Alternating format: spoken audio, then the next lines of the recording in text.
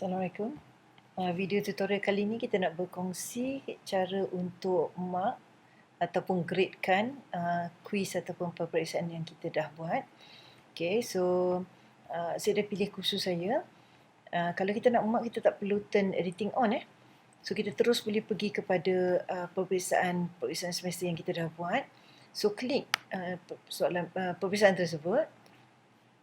And then akan keluarkan setting up page tu. So kalau kita tengok attempts ni, dia clickable ya. Ada nampak tangan tu. So dia clickable, click add attempt.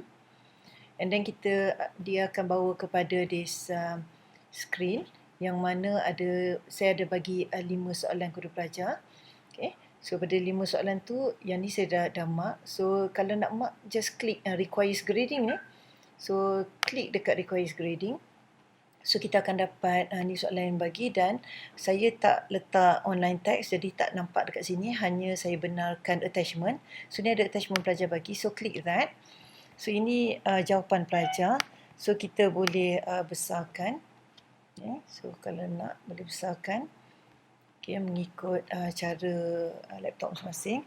So saya dah ada skema. So kita boleh rujuk skema atas nak semak kerja yang pelajar dah buat.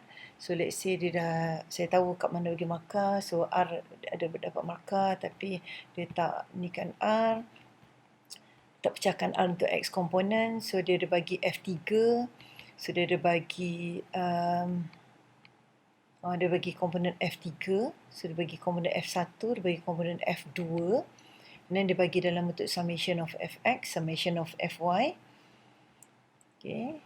And dikira, tapi ada kiraan dekat sini salah. Summation of Fx dengan Fy ni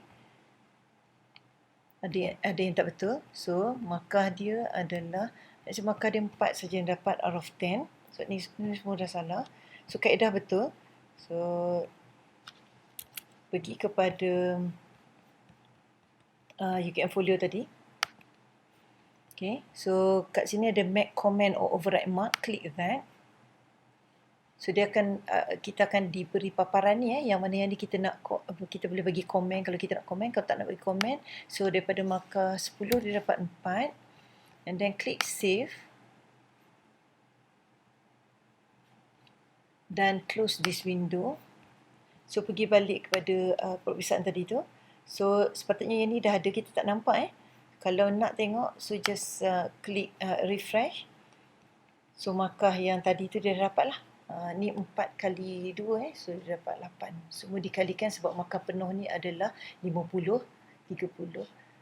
Total semua ni dia dah jadikan semua jadi 100 So tadi yang ni sepatutnya 10 dah jadi 20. So yang ni didarabkan lah. Okay, dan kita boleh mark yang lain juga. Terima kasih.